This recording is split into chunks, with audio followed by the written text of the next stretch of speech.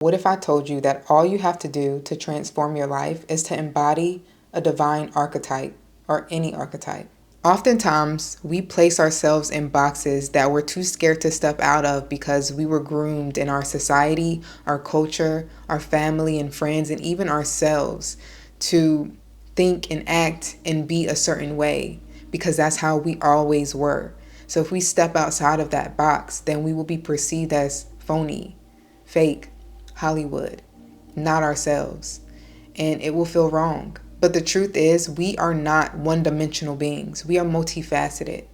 That means that every single personality type, every single thing that we desire to be is already within us. And we are allowed to be those things because we are everything internally. But even knowing that as truth, we still struggle to step out because we have that fear of being perceived a certain way. Or maybe we are so comfortable with being the version of ourselves that we have always been, that we're scared of the unknown, of what it will actually be like to be that dream version of ourselves. And that's where embodying certain archetypes comes into play. What I mean by embodying certain archetypes is, one, we have to start paying attention to ourselves, start analyzing who we are and how we interact with the world. Pay attention to the things that we love about ourselves and how we interact with people or how we move within our own body and amplify those positives. And those things that we wish we could do differently or act a certain way, be more courageous in certain areas.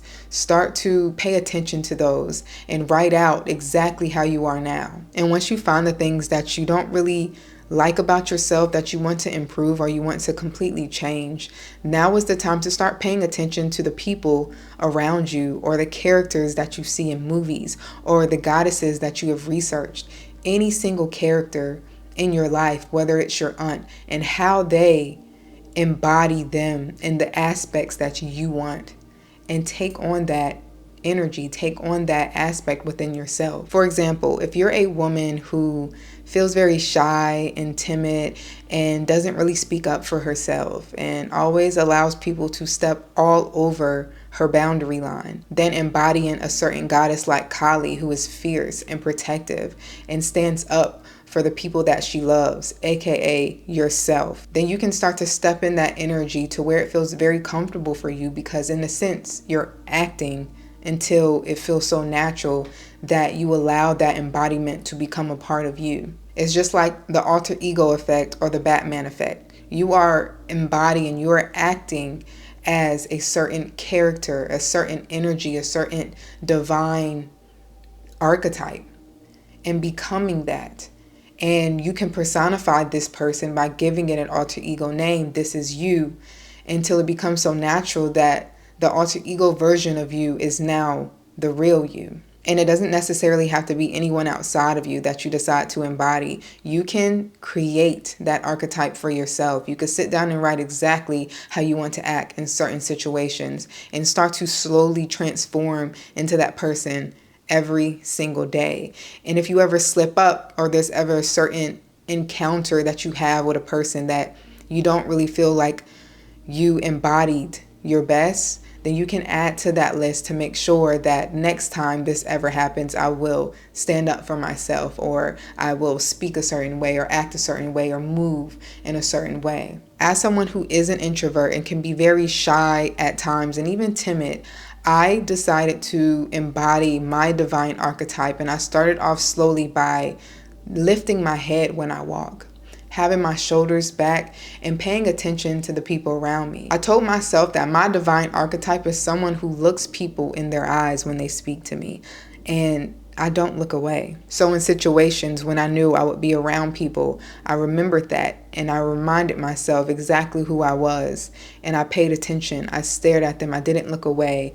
I decided to stand firm in my courage and confidence, and embodying my divine archetype in small settings built my confidence up to where I was able to embody that archetype in bigger settings and even bigger settings. If you are someone who is on the shyer side like I was, you can start by doing it around strangers, people you would never see again, really. Like whenever you have to go to the grocery store, decide exactly how you carry yourself. How does she walk, or he? How do you move? How do you speak? Is your head held high? How do you want people to perceive you? How do you want to perceive yourself? And move accordingly. When it comes to manifesting your dreams, whatever that looks like for you, it is very, very important to understand that becoming is the most and only important part of manifestation. When you become, you are. So become that person. What exactly is it that you want? And then decide, how is that dream version of yourself, how do they act? How do they move? How do they speak? How do they laugh?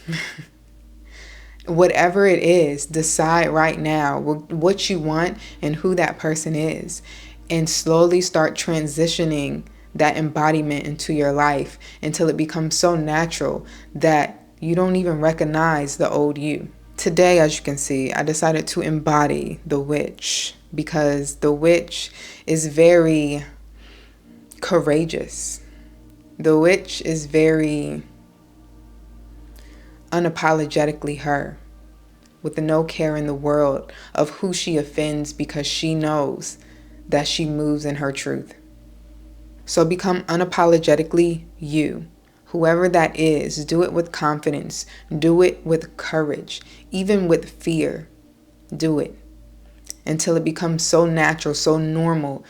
Then you start to see how quickly reality changes around you when you start to become the very thing that you wanted all along. I hope you guys enjoyed this video. My name is Witchelle.